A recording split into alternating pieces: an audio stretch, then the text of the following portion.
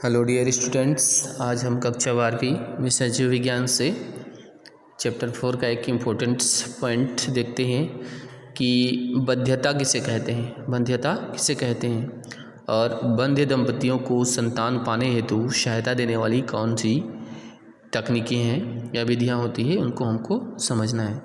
तो देखते हैं हमारा आंसर। कुछ जो दंपति होते हैं, अर्थात कुछ जो पति पत्नी होते हैं, वो लगातार 1 या 2 वर्ष तक रिप्रोडक्शंस करने के बाद भी उनकी संतान उत्पत्ति नहीं हो पाती या वे संतान उत्पन्न नहीं कर पाते। इसके कई कारण हो सकते हैं। कौन कौन से कारण हो सकते हैं? शारीरिक कारण हो सकते हैं, जन्मजात हो सकते हैं, रोगजन्य हो सकते हैं, औषधि वाला हो सकते हैं, या तो हो सकते हैं मनोवैज्ञानिक, या हो सकते हैं प्रतिरक्षात्मक, और इसे ही क्या कहते हैं? बंध्यता कहते हैं। ऐसे दोष को ठीक करने का इलाज संभव ना हो तो कुछ विशेष विधियों द्वारा क्या होता है, उनको बच्चा पैदा करने में सहायता की जाती है, और इन्हीं तकनीकों को क्या बोला जाता है?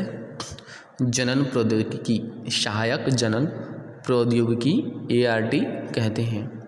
कुछ एग्जाम्पल्स हैं, जैसे सबसे पहले है पात्र निषेचन के अंतर्गत हमारा इन विट्रो फर्टिलाइजेशन, IVF का पूरा नाम होता है इन विट्रो फर्टिलाइजेशन। इस विधि में क्या होता है?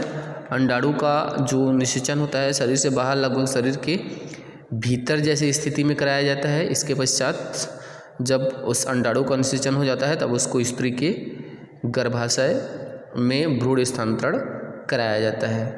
दूसरा नंबर है GIFT, जाइगोट इंट्राफैलोपियन ट्रांसफ़र। इस प्रक्रिया में प्रारंभिक भ्रूण को 8 ब्लास्टोमेयर तक की अवस्था में स्त्री की डिम्बवाहिनी या फैलोपियन नलिका में अंतिम परिवर्धन के लिए स्थानांतरित किया जाता है। उसी तरह से है आंतरगर्भाशयी स्थानांतरण, IUT।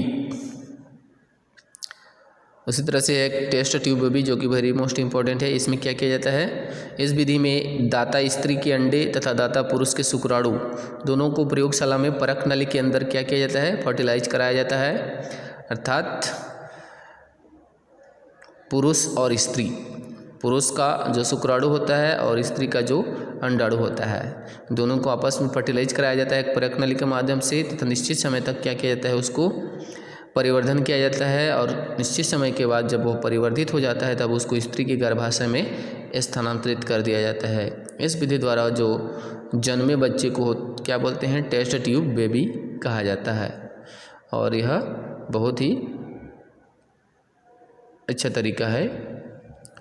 इस तरीके से हमारा ये क्या हो गया? बंध्यता किसे कहते हैं और कौन कौन से तकनीकें हैं जिनसे बच्चा उत्पन्न नहीं हो पा रही होती है, उसमें सहायता मिलती है। तो ये हमारा ठीक है। इस वीडियो में इतना ही। Thank you.